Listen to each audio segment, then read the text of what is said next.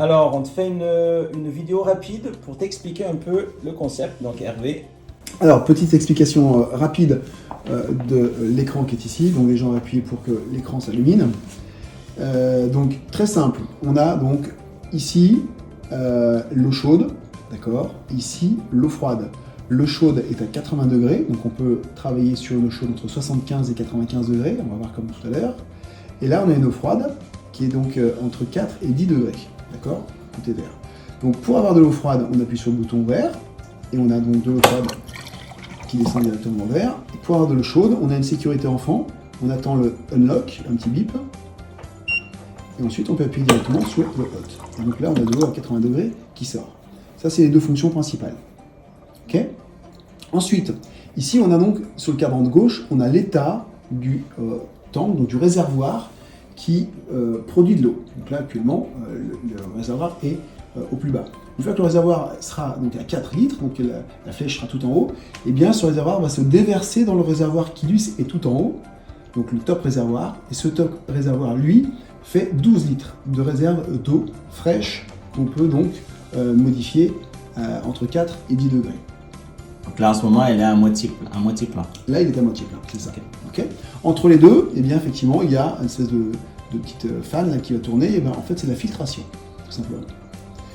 Ici, on a l'UV1, l'UV2, l'UV3. Donc ça, c'est des sécurités. On a des UV qui permettent de sécuriser la qualité de l'eau. Donc ça évite d'avoir des germes, ça évite d'avoir des problèmes avec l'eau, tout simplement. Donc là, on a l'UV3 qui, lui, est en fonction, puisqu'il est donc rouge, donc c'est-à-dire qu'il est allumé. Donc là, c'est un UV à LED qui tient 10 000 heures, donc 3 ans, donc il est allumé en permanence. L'UV numéro 2, lui, s'allume uniquement quand on tire de l'eau. Donc là, je vais tirer de l'eau, vous allez voir que l'UV2 va se mettre en fonction. Donc l'UV2, il est juste au-dessus du robinet, d'accord. L'eau passe par cet UV, et donc c'est une troisième sécurité. L'UV1, lui, se met en route uniquement 3 minutes par heure, c'est l'UV, en fait, qui va flasher l'eau du réservoir du haut. S'il y a un problème, eh bien, effectivement, les UV flash, et donc il faut changer d'UV. S'il y a un problème de filtration, il faut remplacer les filtres, et c'est indiqué ici. Donc là, celui-là, il faudrait le changer. Donc là, on a un filtre à changer. On va aller voir tout à l'heure comment. D'accord. Ok. Ensuite, les fonctions ici, c'est très simple. Donc là, c'est allumer la machine, power. Là, c'est réglage de la machine. Donc ces deux boutons-là, c'est pour le réglage. Là, c'est pour la température en degrés ou en Fahrenheit, pour les Américains. Donc on va voir comment on règle. Donc on appuie 3 secondes sur le bouton mode. Et là, on a le water generator qui est donc sur off. Ça ne fait pas de bruit pour la vidéo. Pour le mettre sur on, on appuie juste sur 7. Et là, il va commencer à démarrer. D'accord. Ensuite, on appuie, on a le heaters, donc le réchauffeur d'eau qui est sur on. On peut le mettre sur off si on ne veut pas forcément d'eau chaude. Le couleur qui est ici, qui lui aussi est sur on, pour avoir de l'eau fraîche.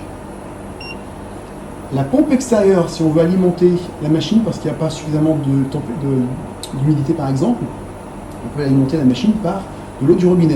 Donc la pompe est sur off, évidemment, parce que là, on travaille uniquement avec le water generator. Ensuite, la température donc, de l'eau chaude, donc on ajuste avec 7, donc degré en degré, jusqu'à 95 pour redescendre à 75. D'accord. Nous on ajuste à 80 pour le thé par exemple. La température du froid, donc c'est entre 4 et 10 degrés. Donc généralement, moi je mets plutôt à 8 ou 9 ou 10, c'est suffisant. Ensuite, les filtres. Alors là, on a un filtre numéro 1 qui a 15 jours. Le filtre numéro 2, il a 180 jours. Donc celui-là, il a 6 mois, c'est celui-là qu'il faut qu'on change. Le filtre numéro 3, il a 214 jours. Le filtre numéro 4, il a 214 jours. Et le reverse osmosis, il a 240 jours. Ce filtre-là tient 2 ans. Donc celui-là n'est pas à changer. Donc 2 ans qui fait 700 jours. 700 jours, donc là, on n'est pas à changer. Ah, c'est bien. Donc du coup, on peut suivre l'évolution du filtre et on sait qu'on est arrivé à tant de jours et qu'on doit changer peut-être dans 2 mois, 3 mois, 1 an. Exactement. Ok. Donc, tout est accessible directement en façade, c'est très simple et tout est effectivement fonctionnel. Voilà, on a fait le tour. Pour changer ensuite les filtres, tout simple. On ouvre ici la machine, on prend le filtre, on fait un quart de tour vers la gauche. La machine n'est pas en fonction, donc ok, mais je peux le faire. Un quart de tour vers la gauche, j'enlève le filtre, je change, j'en mets un autre tout neuf, ok, et je remets. Très très simple à changer le filtre. Très simple. Un enfant peut le faire. Exactement. Pour l'osmose, un peu plus compliqué.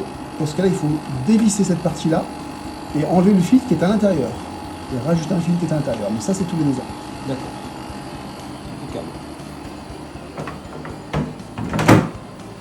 Donc voilà l'explication. Tu as vu? Le tableau est très explicite, clair, c'est très simple à utiliser.